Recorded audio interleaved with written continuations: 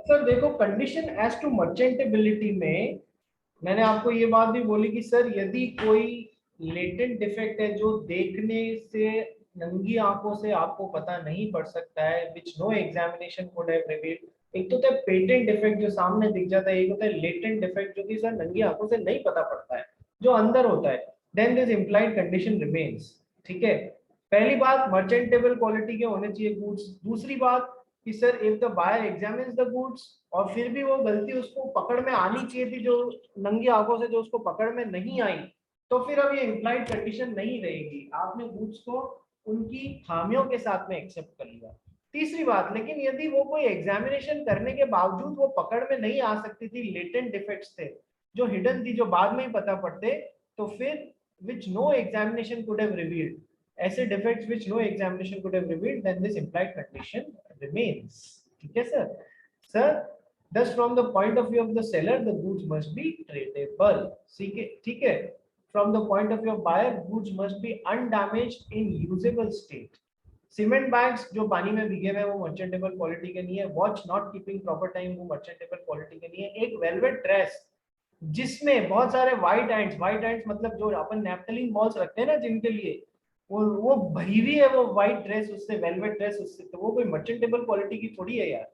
ठीक है, so good should be of merchantable quality. Next let's come to implied condition के बाद में इम्प्लाइड वारंटीज। सर काफी कुछ सेम देखने को मिलेगी। ठीक है, इम्प्लाइड कंडीशन जैसे इम्प्लाइड वारंटीज भी होती है।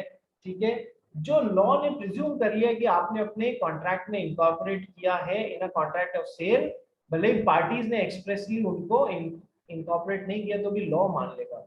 सर इम्प्लाइड वारंटीज क्या है? Warranty as to undisturbed possession.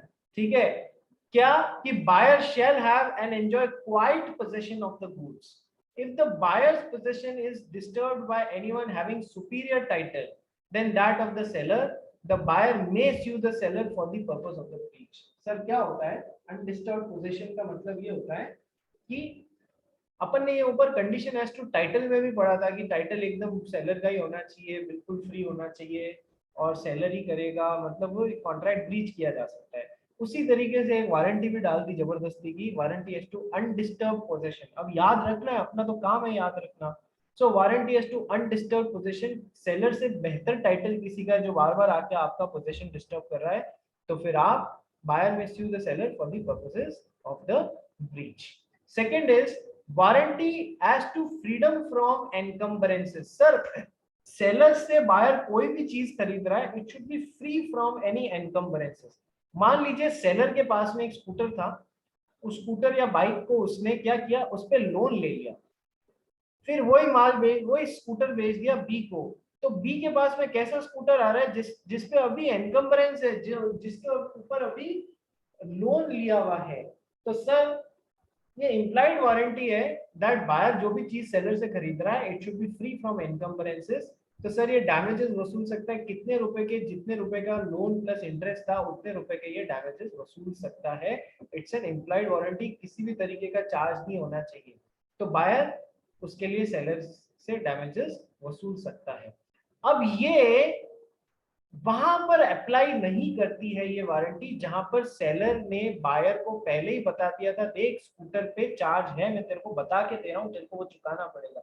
या फिर बायर को भले ही सेलर ने नहीं बताया लेकिन बायर को इस बात का नोटिस है कि ये स्कूटर जो मैं खरीद रहा हूँ उस पर पहले से चार्ज है जो कहीं ना कहीं मुझे चुकाना पड़ेगा, बायर को इस बात का नोटिस है, उसके बावजूद इसने खरीद लिया, या फिर सेलर ने उसको पहले से इन्फॉर्म कर दिया, तो फिर अब ये वारंटी नहीं मिलेगी आपको, वो पैसा फिर बायर को ही चुकाना है। सर ये सेकंड इंप्लाइड वारंटी क्लियर हुई या नहीं? जल्दी से बोलिए हाँ सर, जल्दी बोलो, नाश्ता करके बैठा करो क्लास में। Next, disclosure of dangerous nature of goods. Implied warranty है कि सेलर यदि बायर को कोई ऐसा माल बेच रहा है जिस जिस नेचर ऑफ गुड्स का नेचर ही ऐसा है कि वो डेंजरस नेचर के हैं, तो ये सेलर को बायर को पहले से बताना पड़ेगा। नहीं बताया है तो फिर डैमेजेस पे करोगे। जैसे कि पटाखों के डब्बों के ऊपर लिखा हुआ होता है हाईली इनफ्लेमेबल, बहुत ही जल्दी आग पकड़ने वाले, please keep out of reach of children. Please keep out of reach of children, जहर के जो भी ये अपनी लक्ष्मण रेखा वाली चौक आती है जो चींटियां और कॉकरोच और लिजर्ड भगाने के काम आती है, प्लीज हिट के डब्बे पे होता है, please keep out of reach of children. So ऐसे जो भी है ना डेंजरस नेचर ऑफ गुड्स का डिस्क्लोजर पहले ही कर देना चाहिए, नहीं किया है और उसके कारण बायर को कोई नुकसान हो गया है तो फिर आप डैमेजेस पे करेंगे। सो जो गुड्स इनहेरेंटली डेंजरस है या लाइकली टू बी डेंजरस है to the buyer, it is the duty of the seller to warn the buyer of the probable danger which may arise out of its use। ठीक है, तो तीन implied warranties पढ़ ली, warranty as to undisturbed possession, warranty as to freedom from encumbrances and warranty as to disclosure of dangerous nature of goods। Fourth, warranty as to quality or fitness by usage of trade। Sir उस trade का एक कोई pattern है, custom है कि usage of trade मतलब होता है ना कि हम ये जो माल खरीदने जा रहे हैं उसमें भले ही बोला नहीं जाए वो माल हमने यदि क्वालिटी नंबर 20 बोल दिया, क्वालिटी नंबर 21 बोल दिया, तो यूजेज ऑफ ट्रेड बोलता है कि उसमें ये बातें होनी चाहिए तो वो होनी चाहिए उसमें। So there is an implied warranty as to quality of fitness for a particular purpose may be annexed to the usages of trade.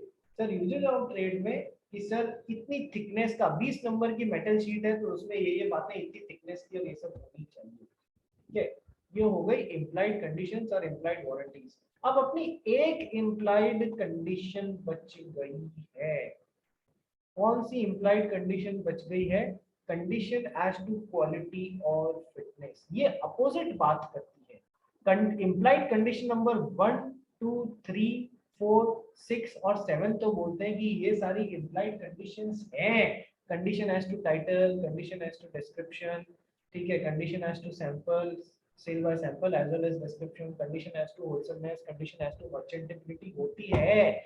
लेकिन पांचवा पॉइंट बोलता है कंडीशन एज टू क्वालिटी और फिटनेस फॉर बायर्स पर्पस नहीं होती है।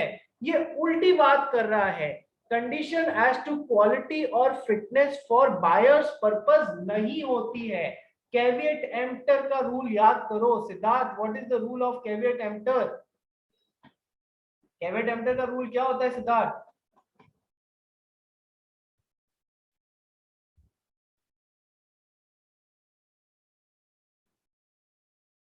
पूरा question आता है इस पे। कैविएट एम्प्टर का रूल क्या होता है? Let the buyer himself be aware, let the buyer himself be aware कि वो जो चीज अपने पर्पसेस के लिए खरीदना चाह रहा है वो उसके पर्पसेस के लिए फिट बैठती है या नहीं है।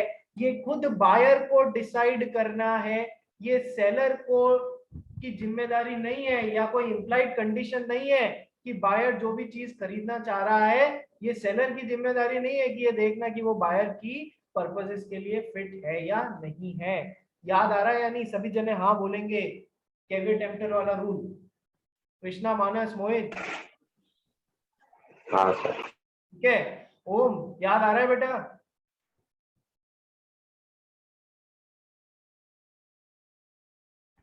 हाँ सर। चलिए सर, ये कैविएट एम्प्टर का रूल क्या बोलता है? Let the buyer himself be aware, let the buyer himself be aware whatever he is purchasing is fitting his purposes or not। इसकी ड्यूटी खुद बायर की है ये चेक करना। Seller is not responsible to see the goods which buyer is purchasing is fitting his purpose और not. ये तो हो गया नंबर 1। नंबर 2, लेकिन सेलर तब रिस्पॉन्सिबल हो जाएगा बायर को उसके मतलब के गुड्स देने के लिए। कैविएट एम्प्टर का रूल तब नहीं लगेगा जब नंबर 1 बायर ने सेलर को अपना पर्पस बताया है कि मुझे गुड्स इन पर्पस के लिए चाहिए। नंबर 2, उस पर्पस को समझ के सेलर ने बायर को कोई माल रिकमेंड किया है कि आपके पर्पसेस के लिए ये फिट रहेगा। और नंबर 3, बायर ने सेलर ने बायर को जो रिकमेंडेशन दिया है बायर ने उस रिकमेंडेशन पे रिलाय करके वो माल खरीद लिया है और अब फिर वो माल बायर के पर्पसेस के लिए फिट नहीं होता है, ये 3 स्टेप्स के बाद में भी, तो फिर अब rule of caveat emptor will not apply and seller will be made responsible कि उसने सही माल नहीं दिया। कैविएट स्टेप बाय स्टेप चलते हैं वापस। देखो कैविएट एम्प्टर का रूल क्या बोलता है, let the buyer himself be aware कि वो जो माल खरीद रहा है वो उसके पर्पसेस के लिए फिट है या नहीं है, सेलर इसके लिए रिस्पॉन्सिबल नहीं होगा। लेकिन यदि बायर ने सेलर को अपना पर्पस बता दिया है, सेलर ने बायर को उस पर्पसेस के हिसाब से कुछ रिकमेंड किया है, ठीक है, और प्लस इसमें एक बात और आएगी, सेलर जनरली उन गुड्स में डील करता रहा है, यानी वो नॉलेजेबल आदमी है उस मामले में, सेलर उन गुड्स में जनरली डील करता रहा है और बायर ने सेलर के रिकमेंडेशन पे रिलाई करके वो माल खरीदा है, अब वो माल उसके पर्पसेस के लिए फिट नहीं बैठ रहा है, तो फिर इंप्लाइड कंडीशन होगी एज टू क्वालिटी और फिटनेस। सर क्या रूल है कैविएट एम्प्टर का और उसका क्या एक्सेप्शन है, ये समझ में आया? बोलो यस सर, जल्दी बोलो यस सर, अरे जल्दी बोलो।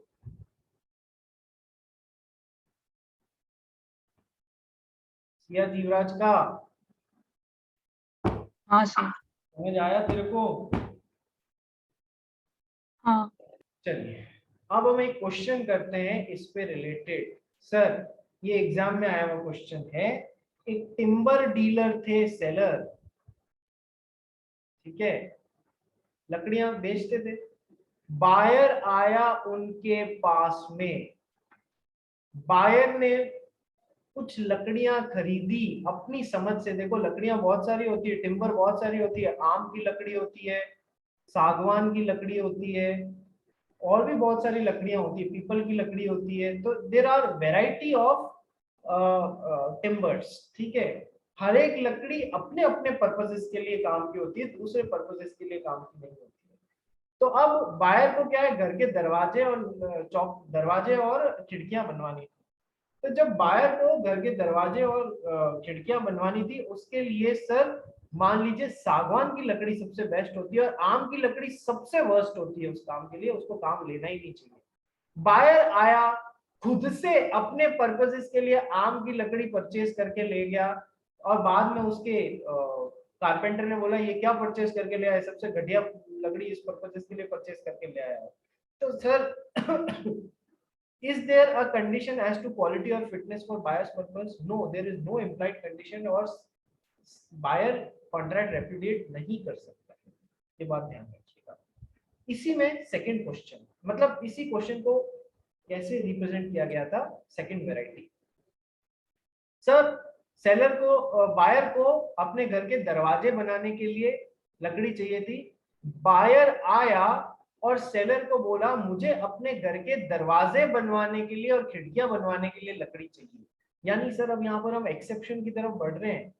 सर बायर ने सेलर को अपना पर्पस बता दिया, मुझे इस पर्पस के लिए चाहिए, सेलर ने उसको रिकमेंड कर दी, गधे ने आम की लकड़ी, ठीक है, और बायर ने इस बात पे रिलाई भी कर लिया, चलो आम की लकड़ी लेके जाता हूँ, ठीक है।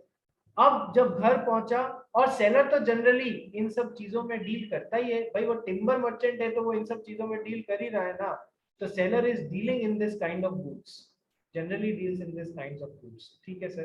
तो बायर ने सेलर को अपना पर्पस बताया, सेलर ने उसको रिकमेंड किया, seller is generally dealing in those kinds of goods, और बायर ने उसकी उस रिकमेंडेशन के बेसिस पे वो माल को परचेज कर लिया, तो सर अब implied condition as to quality और फिटनेस हो जाएगी। अब जब वो घर आम की लकड़ी लेके पहुंचा तो कारपेंटर ने बोला ये क्या बेवकूफी करके आए हो आप, ये आम की लकड़ी तो कभी परफेक्ट होती नहीं है दरवाजे और खिड़कियों के लिए। तो अब वो बायर माल वापस देना चाहता है, तो क्या आपका क्या आंसर होगा? तो आपको बताना पड़ेगा एग्जाम में, sir it's a breach of implied condition as to quality और फिटनेस। वैसे तो कैविएट एम्प्टर का रूल होता है, लेकिन ये यहाँ पर हो तो एक्सेप्शन होता है, जो कि यहाँ पर है, इसलिए बायर ने अपना पर्पस बताया और फिर रिलाई कर रहा है और सेलर उस गुड्स में डील कर रहा है और अब वो माल जो है वो बायर के पर्पस में फिट नहीं हो रहा है, तो फिर अब तो sir implied condition as to quality और फिटनेस होगी और अब सेलर को वो माल वापस लेना पड़ेगा, कॉन्ट्रैक्ट कैन बी रिप्यूडिएटेड, ठीक है सर। इसी क्वेश्चन की तीसरी वैरायटी थोड़ा सा और कॉम्प्लिकेट कर देते हैं कि सर सेलर जो है वो लकड़ियों में डील करता है, टिम्बर मर्चेंट है, बायर आया अपने घर की लकड़ी और दरवाजे खरीदने के लिए, ठीक है। अब बायर ने सेलर को अपना पर्पस बताया, सेलर ने उसको आम की लकड़ी रिकमेंड कर दी, और बायर ने, और सेलर उस क्वालिटी ऑफ, और सेलर उस गुड्स में, टिम्बर्स में जनरली डील करता ही है, और बायर ने उसकी रिकमेंडेशन में रिलाई किया। अच्छा, इसमें एग्जैगरेट क्या हो गया, क्वेश्चन में चेंज क्या आएगा, मतलब एक एडिशनल इंफॉर्मेशन क्या आएगी कि सर फिर सेलर ने बायर को उसके नाप के अकॉर्डिंग उस आम की लकड़ी की कटिंग भी करके दे दी, उस आम की लकड़ी की कटिंग भी करके दे दी उसके नाप के हिसाब से। फिर बायर उन लकड़ियों को घर लेके पहुंचा तो कारपेंटर ने सर पीट लिया, ये कौन सी लकड़ी ले आए हो आप, गलत लकड़ी दे दी है आपको। अब वो वापस बायर सेलर को रिटर्न करने गया, सेलर ने कहा अब तो माल आपके नाप से कट चुका है, माल रिटर्न नहीं होगा। तो सर अब बताइए आपके हिसाब से इस केस में क्या होना चाहिए, आपको बोलना है सर भले ही सेलर ने उन लकड़ियों के नाप के अकॉर्डिंग कटिंग कर दी है, लेकिन ये कारणों से, आंसर सेम ही रहेगा सर, ये कारणों से आज भी, ये कारणों से आज भी implied condition as to quality of fitness होती नहीं है, लेकिन है इन कारणों से, ठीक है। इसलिए सेलर को वो गुड्स वापस लेने पड़ेंगे और कॉन्ट्रैक्ट कैन बी रिप्यूटेटेड। सर तीनों वैरायटी समझ में आई जो मैंने आपको अभी कराई, बोलिए हाँ या ना। हाँ भाई कृष्णा बोल। सर इसमें मतलब एक्सेप्शन क्वालिटी और फिटनेस की जगह exception of silence as to fraud लिखा तो कम मार्क्स मिलेंगे क्या? क्या वापस बोल, किसकी जगह क्या लिख दिया?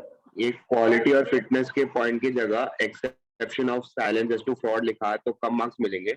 एक्सेप्शन ऑफ साइलेंस, यहाँ साइलेंस एज टू फ्रॉड आ ही नहीं रहा है बेटा, साइलेंस एज टू फ्रॉड की बजाय it's a question of caveat emptor and its exception, या फिर दोनों चीज लिखना, caveat emptor and its exceptions, या फिर implied condition as to quality और फिटनेस। ये तो हो गया पहला तरीका। अब तू जो बात कर रहे हैं ना उसको अपन पहली सिचुएशन में इम्बाइब करते हैं, तूने जो बात बोली है ना उसको पहली सिचुएशन में इम्बाइब करते हैं। कैसे? पहली सिचुएशन में बायर गया सेलर के पास में, खुद अपनी मर्जी से लकड़ियां सेलेक्ट करी, ठीक है, और आ गया, सेलर साइलेंट रह गया, क्या साइलेंस एज टू फ्रॉड होगा? Silence would never amount to fraud, ठीक है, ये पहली सिचुएशन में बैठेगा। लेकिन यदि बायर ने सेलर को अपना पर्पस बता दिया, ठीक है, बायर ने, सेकंड सिचुएशन में क्या बोला था मैंने, बायर ने सेलर को अपना पर्पस बता दिया, सेलर ने उस पर्पस के हिसाब से कुछ रिकमेंड कर दिया, रिकमेंड कर दिया, जब रिकमेंड कर दिया तो फिर अब साइलेंस रहा क्या? साइलेंस तो रहा नहीं, तो अब यहाँ तो सारी बातें होने लग गई हैं। पहली सिचुएशन में बायर ने सेलर को अपना पर्पस बता दिया लेकिन सेलर चुप रह गया, ठीक है, उसने कुछ रिकमेंड किया ही नहीं, तो यहाँ साइलेंस एज टू फ्रॉड होगा ही नहीं, जब उसने कुछ रिकमेंड ही नहीं किया, ठीक है। क्या सेलर यहाँ पर कुछ रिकमेंड कर रहा है? वो तो अपन देखते हैं ना कि सेलर ने सेकंड स्टेप में कुछ रिकमेंड कर दिया, रिकमेंड नहीं भी किया और चुप रह गया, फिर बायर ने अपने पर्पस से खुद ही सेलेक्ट कर ली। तो फिर अब अच्छा, यदि बायर ने सेलर को अपना पर्पस बता दिया, बायर, सेलर चुप रह गया लेकिन आम की लकड़ी छांट के दे दी, तो इनडायरेक्टली उसने बोला ना कि आम की लकड़ी रहेगी, उसके एक्शंस बोल रहे हैं, तो फिर यहाँ पर कैविएट एम्प्टर वाला रूल नहीं लगेगा क्योंकि सेलर ने यहाँ पर इनडायरेक्टली कुछ बोल दिया। कृष्णा समझ में आया तेरे को? हाँ सर समझ गया। ये है, बहुत अच्छा पॉइंट लेके आया। चल अब आगे एक क्वेश्चन और है इसमें, हॉट वाटर बॉटल का, ये भी एग्जाम का क्वेश्चन है, हॉट वाटर बॉटल का।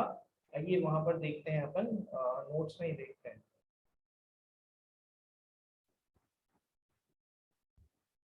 ठीक है। हॉट वाटर बॉटल में A while purchasing a hot water bottle from B a chemist asked whether it will stand boiling water, एकदम तेज गर्म वाटर को ये झेल पाएगी हॉट वाटर बॉटल या नहीं, ठीक है। B sold an American rubber bottle saying that it will stand hot but not boiling water, कि इसमें गर्म पानी आ जाएगा लेकिन तेज गर्म पानी नहीं आएगा, नॉर्मल गर्म पानी आ जाएगा। तो bottle bursted and injured B's wife, A's wife, ठीक है। अब jury found that the bottle was not fit for use at even as hot water bottle, boiling की तो बात छोड़ो, hot water के लिए भी वो सही नहीं थी। Held that B was liable for damages. Sir देखो, वैसे तो कंडीशन एज टू क्वालिटी और फिटनेस फॉर बायस पर्पस नहीं होती ड्यू टू कैविएट एम्प्टर, लेकिन यहाँ पर क्या हो रहा है इस एग्जांपल में, ए ने, ये जो बायर था उसने बी जो सेलर था, केमिस्ट था, उसको बताया अपना पर्पस, मुझे मुझे गर्म पानी के लिए बॉटल चाहिए। अब सेलर ने, B sold an American rubber bottle, B ने उसको अपनी समझ से एक बॉटल पकड़ा दी, सेलर ने बायर को अपनी समझ से एक अमेरिकन रबर बॉटल पकड़ा दी।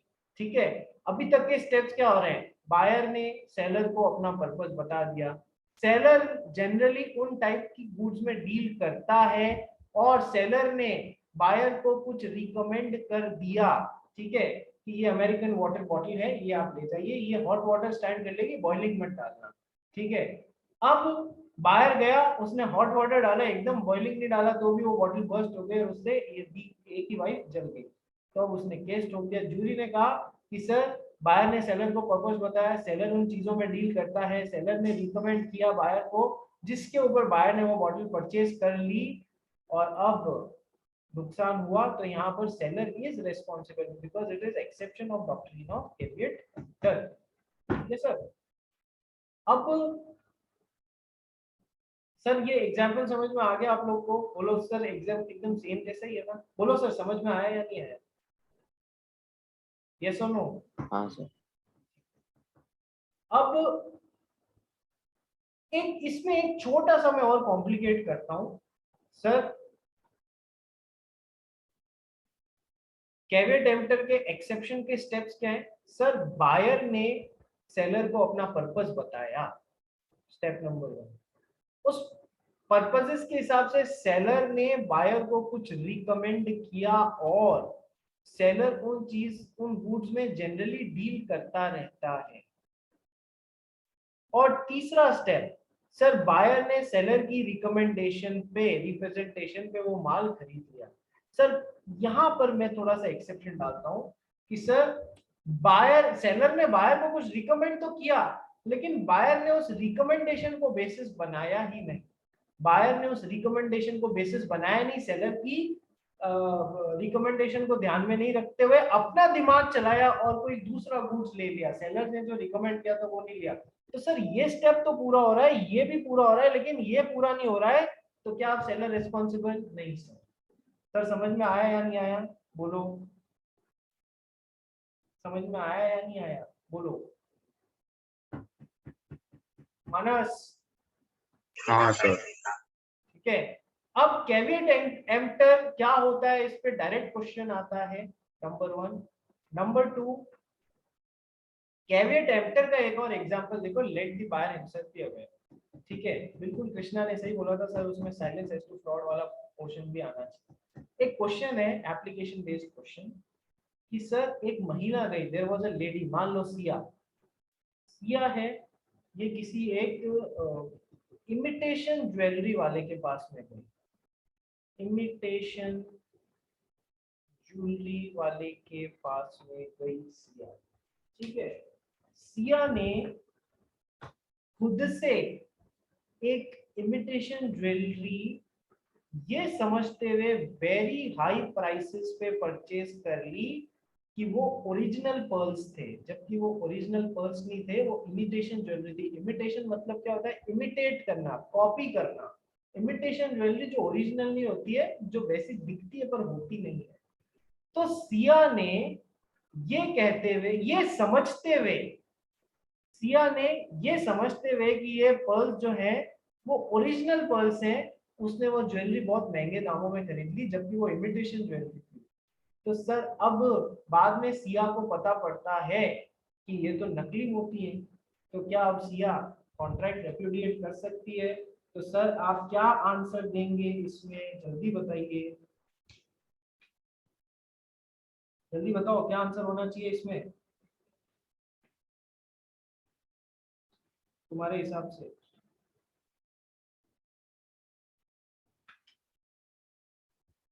बोलो ना यार, टाइम कम है अपने पास में।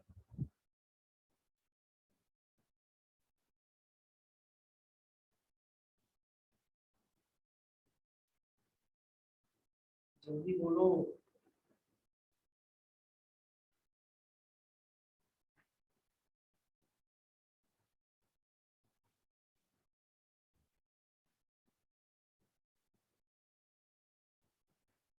सोचो, जल्दी सोचो।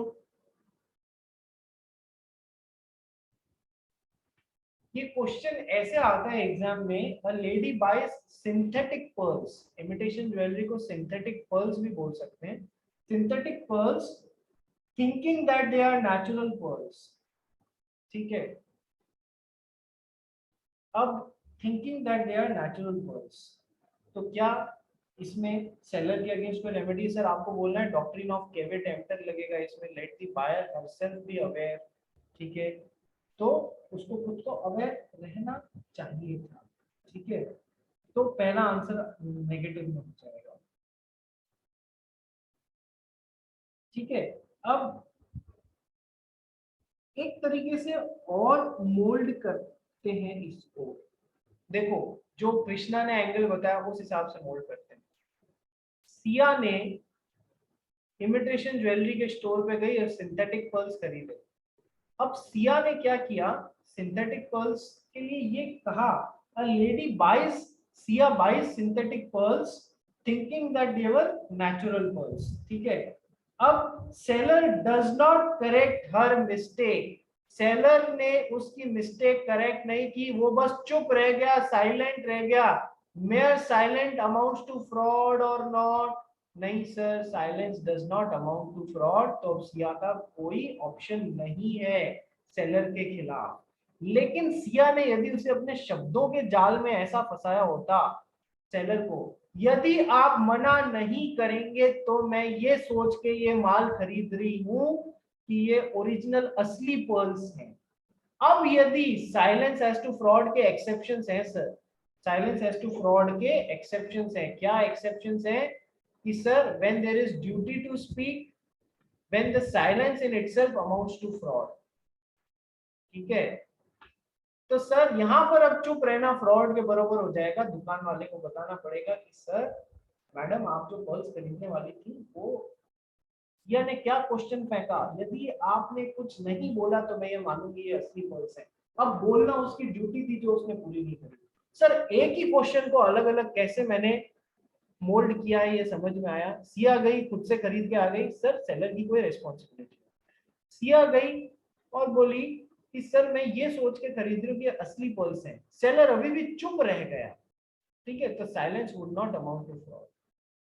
ठीक है, तो यहां भी सिया के पास में कोई रेमेडी नहीं है। लेकिन सिया ने यदि उससे ऐसा पूछा कि सर यदि आपने कुछ नहीं बोला तो मैं ये समझूंगी कि ये असली मोती और फिर खरीद लूं, now if the shopkeeper is silent then it would definitely amount to fraud. Sir तीनों सिचुएशन समझ में आ गई क्या?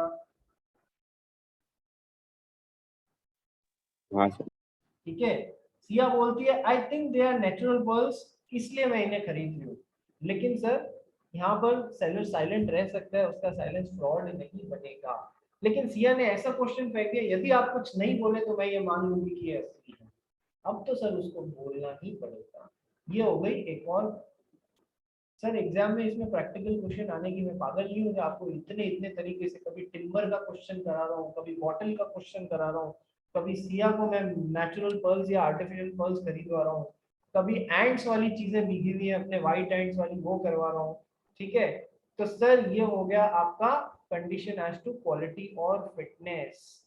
नहीं होती है, लेकिन कैवेट एम्प्टर का रूल लगता है, लेकिन उसके एक्सेप्शंस, एक्सेप्शंस में हमको क्वेश्चंस की वर्डिंग कैसे पकड़नी है। अब एक लास्ट बात इसमें, क्या है लास्ट बात? सर हाउएवर अबव एक्सेप्शंस, ये जो तीन एक्सेप्शंस है ना जो होने चाहिए जिससे डॉक्ट्रिन ऑफ कैवेट एम्प्टर का एक्सेप्शंस होता है, the above exceptions won't apply if the goods have been sold under a trademark.